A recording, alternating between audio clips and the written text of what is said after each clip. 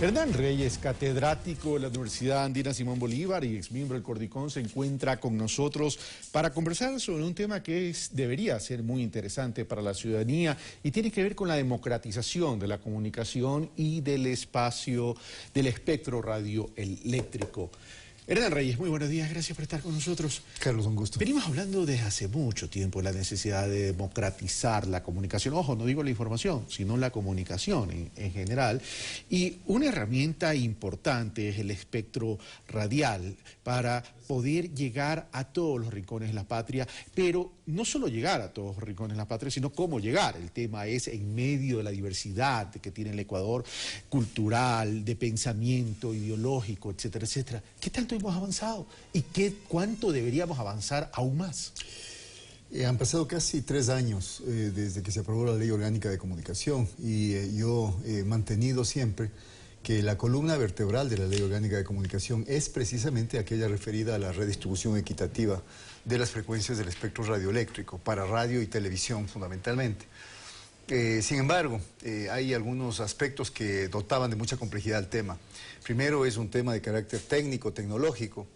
Estaba bajo la responsabilidad y sigue estando de la Arcotel, la Agencia de Regulación y Control de Telecomunicaciones, hacer el llamado a concurso, que ahora tengo entendido ya se lo va a hacer y se lo va a hacer para un número muy significativo de frecuencias, y estaba en manos del Cordicón precisamente el poder generar medidas de acción afirmativa para que, sobre todo en el caso de medios comunitarios, porque hacia allá tiende esta redistribución de frecuencias, hacia lograr cambiar radicalmente el escenario de los medios en el país, de un escenario controlado y dominado por medios privados en más del 90%, a un escenario tripartito donde haya presencia de medios comunitarios en un 34% y haya presencia de medios públicos en un 33%. Ahora, pero sin embargo lo que me estás diciendo, y voy a tomar esta última parte de tu intervención, Hernán, se habla más bien de una concentración de medios de parte del sector público y fundamentalmente y de forma específica dicen el gobierno concentra medios de comunicación.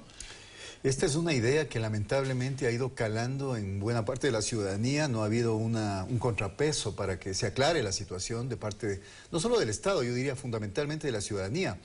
Es un mito, es una mentira que el monopolio de medios, este momento, sean medios públicos, o peor aún que estén en manos del Estado. Cuando uno mira de manera objetiva el escenario como está, todavía sigue estando en más del 90% en manos privadas. Y no solamente eso, sino que buena parte de esa propiedad privada de medios de comunicación está todavía concentrada en empresas que dominan, ya sea por cobertura, ya sea por llegada y de impacto en medios impresos, a los medios medianos, llamémoslo así, a los medios pequeños. Entonces, realmente no es cierto aquello del monopolio estatal, del monopolio público, del monopolio del gobierno.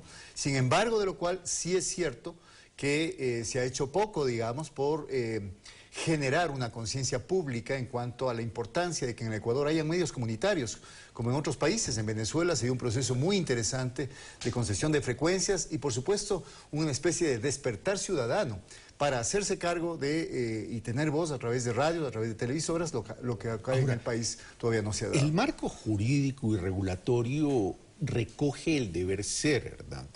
Pero aquí tenemos una línea muy sensible entre lo que sería el deber ser y lo que sería la factibilidad de poder poner en operación una cantidad de medios en manos de comunitarios, en manos de empresarios privados que quieren tener.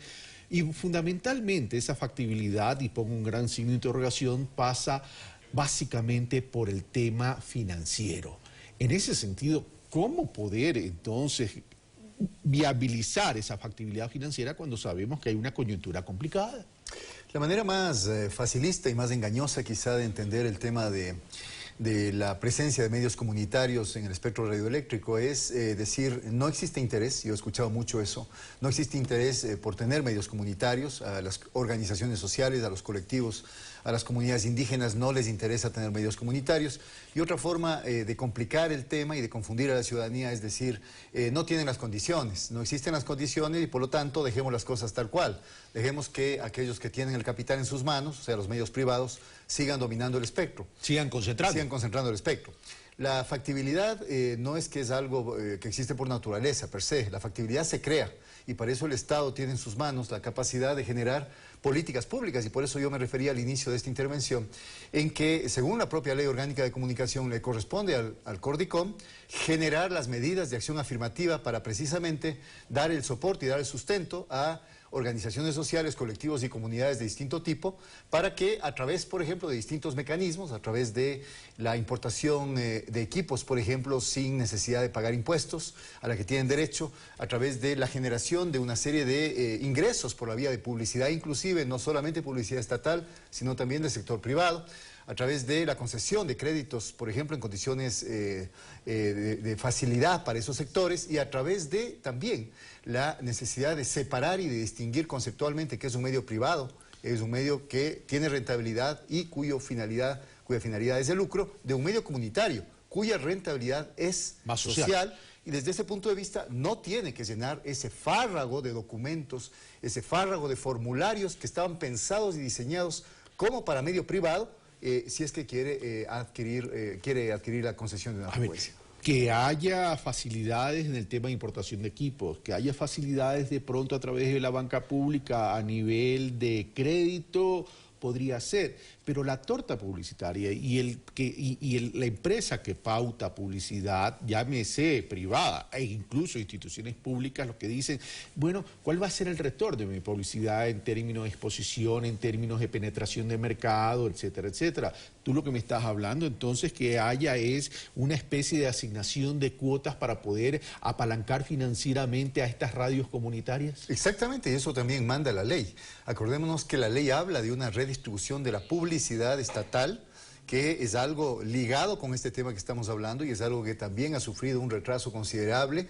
No se ha logrado, entre otras cosas, mientras yo estuve en el Cordicom, no se logró conseguir el mecanismo, identificar, diseñar el mecanismo preciso para que esa sea una redistribución de la torta publicitaria estatal en términos de apoyo a los que más lo necesitan.